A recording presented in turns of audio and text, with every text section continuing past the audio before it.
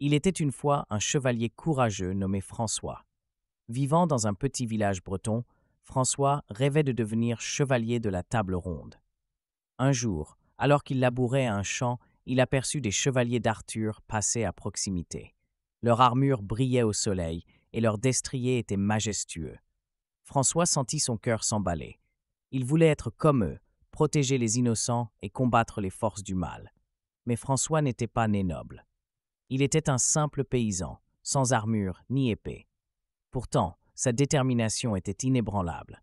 Il se mit à l'ouvrage, économisant chaque pièce pour acheter son équipement. Pendant des mois, il s'entraîna au maniement de l'épée, perfectionnant ses techniques de combat. Son rêve était plus grand que lui, mais il refusait d'abandonner.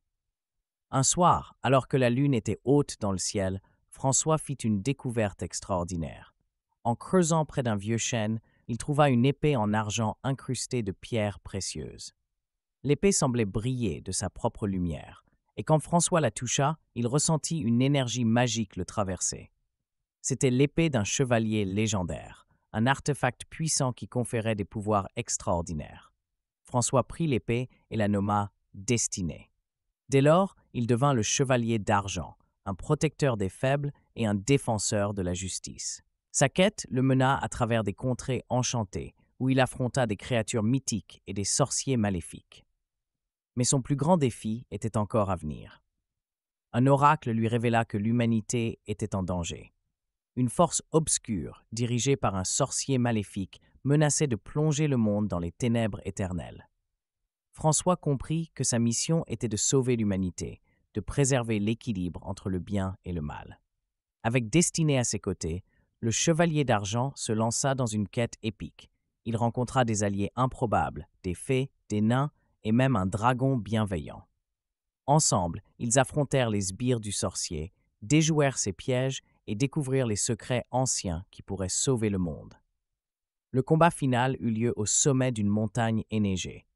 Le sorcier déchaîna ses pouvoirs, lançant des éclairs et des tempêtes. Mais François tint bon, brandissant Destinée avec courage. Il prononça une incantation ancienne, invoquant la lumière pure du cœur humain. Le sorcier fut vaincu et l'humanité fut sauvée. Le chevalier d'argent retourna dans son village, portant toujours son épée magique. Il raconta son histoire aux villageois, inspirant les jeunes rêveurs à poursuivre leur propre quête. Et ainsi, l'histoire du chevalier magique et du destin de l'humanité fut transmise de génération en génération, rappelant à tous que même les plus modestes peuvent accomplir des miracles lorsque leur cœur est pur et leur détermination inébranlable.